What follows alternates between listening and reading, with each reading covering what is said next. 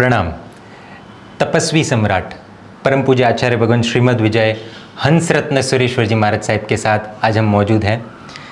किसी भी युवा से या किसी से भी हम पूछेंगे कि आप परम पूज्य आचार्य भगवान श्रीमद विजय हंस रत्न सुरेश्वर जी महाराज साहिब को जानते हैं, तो सब कहेंगे हाँ एकदम जानते। तो कैसे 180 उपवास करने वाले महात्मा। बहुत इच्छा थी कि इनके अंदर के जो टॉप सीक्रेट्स है, क्या रहस्य है 180 उपवास के। एक उपवास भी हम करें तो रात की नींद उड़ जाती है, लेकिन ऐसे महात्मा, आपकी जानकारी के लिए बता दूं, पिछले 13.5 महीने, लगभग 13.5 महीने में 12 महीने से ज़्यादा जिनके उपवास रहे हैं, यानी कि अभी ज़्यादा समय पहले नहीं, अभी कुछ ही समय पहले 6 महीने उपवास किए, फिर लगभग 45 पारना किया और 45 डेज़ के गैप में फिर से 180 उपवास की जो यात्रा है ये शुरू हुई। आज पूज्य आचार्य श्री का 177वां उपवास है। आज है तारीख सितंबर 7 और सितंबर 11 को, यानी कि 4 दिन के बाद 180th उपवास का आचार्य श्री का पारना है। तो आइए आचार्य श्री से हम इनके रहस्य क्या है, सीक्रेट्स क्या है, इनका इतना दृढ़ मनोबल के पीछे का कारण क्या है, वो आज हम जानते हैं। साहब, पुस्तकों में हमने कई बार ऐसा पढ़ा है साहब कि महावीर स्वामी ने 6 महीने का जो है ये उपवास किया था, 6 मंथ्स का।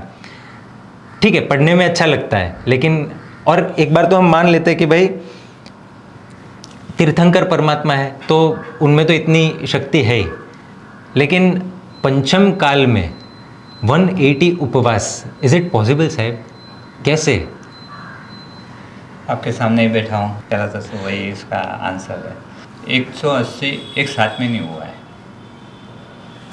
पहले तपस्या करते करते करते जब मांसकरण शुरू किया, 30 किया, पारना किया, 2 महीने के बाद 42 किया, फिर पारना किया, फिर 2 महीने बाद 40 किया, फिर 2 महीने के बाद 36 किया। ऐसे प्रैक्टिस करते करते करते बढ़ते बढ़ते हाईएस्ट 52 तक पहुँचा। फिर वापस मांसकरण किया, मैंने जैसे भी अनुकूल था, मांसकरण कभी 35 किया, कभी 34 किया, फिर ऐसे बढ़ते बढ़ते 68 तक पहुंचा।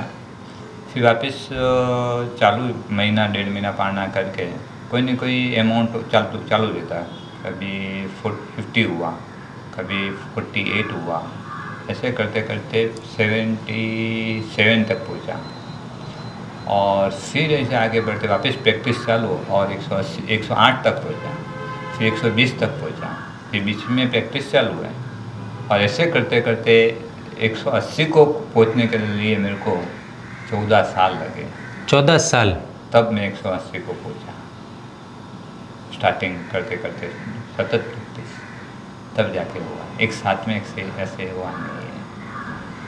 हम कई बार है ना, मेहनत को, साधना को, पुरुषार्थ को या तो हम चमत्कार मान लेते हैं या किस्मत मान लेते हैं कि ठीक है इनकी किस्मत अच्छी है, कोई चमत्कार हुआ होगा, कोई दैविक शक्ति हुई होगी तो उस कारण से हुआ होगा। आज हमें पता चला कि ये जो प्रैक्टिस चल रही थी, ये 14 इयर्स से जो प्रैक्टिस चल रही थी, उसका ये रिजल्ट है कि आज आचार्य श्री 180 उपवास टच कर सके हैं। अगला प्रश्न मेरे दिमाग में ये था कि मैं आज सच बोलूँ साहब, बहुत कम ज़िंदगी में उपवास किए, और जितने भी किए मुझे तो याद है आपको तो याद नहीं होंगे, क्योंकि आपके लिए वो रूटीन है कि हाँ ठीक है, क्या है तो उपवास है ऐसे। लेकिन हमारे लिए जब हम उपवास करते हैं तो वो यादगार उपवास बन जाता है। जैसे सामान्य तौर पर पर्यूषण में, संवत्सरी के दिन वगैरह, तो जब छोटे थे तो उपवास किया और पूरी रात हम तो सो जाते थे और मम्मी जगते थे। तो पेट के ऊपर रुमाल रखना, गले के ऊपर रुमाल रखना, ये हमारी स्थिति एक उपवास में होती थी।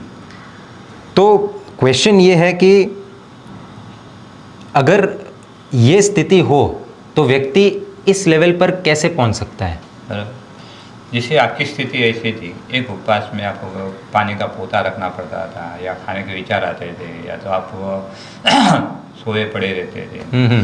तो जब मैंने आज से 44 ईयर्स पहले दीक्षा ली, मेरे गुरु महाराज आचार्य श्री न्याय विशारद भुवन बालू आचार्य मेरे गुरु महाराज साहब है। तब मेरी दीक्षा ली 12.5 साल की उम्र थी। तब हमको 14 का उपवास, ज्ञान पाचम का उपवास वो कराते ही थे। हम छोटे थे पर हमारे प्रति प्यार था, पर ऐसा प्यार नहीं था कि जो हमारे आचार को ढीला पाड़े। तो छोटे हुए बावजूद भी अमुक बाबत में वो जो पालनी में वो कड़क थे। तो उपवास कराते तो जो शाम तो होती तो कैसे भी होती, शाम तक तो निकालते, रात तो बहुत भारी जाती थी।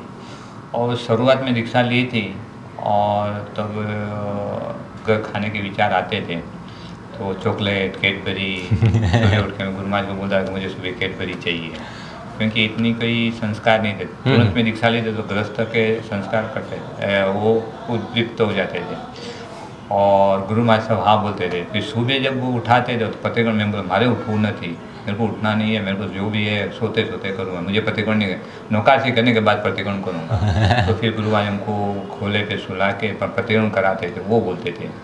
और जब मंदिर की बात होती तो मेरे को मारे देरा से नहीं जाना है, जरूर नहीं, मेरे को मंदिर नहीं जाना है, पाना के बाद जाएगा। तो गुरु महाराज उठा के लेके जाते, दो साधु मंदिर में चेतन करा के उठा के ला के रखते, और जैसा पाना पचकान आया कि पहला हमको नौकाशी पाना कराते थे। तो शुरुआत की स्थिति हमारी पर ऐसी ही थी।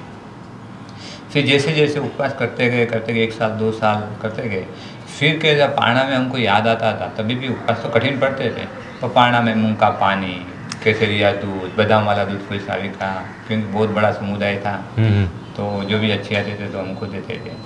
तो स्थिति हमारी भी ऐसी थी, और करते करते करते फिर नॉर्मल होते गए। साहब यहाँ पर तपस्या की बात तो हम कंटिन्यू करेंगे, लेकिन मुझे आपके पास्ट लाइफ में जाना है, किस तरह आपकी दीक्षा हुई साहब? जय जिन शासन, जय महावीर।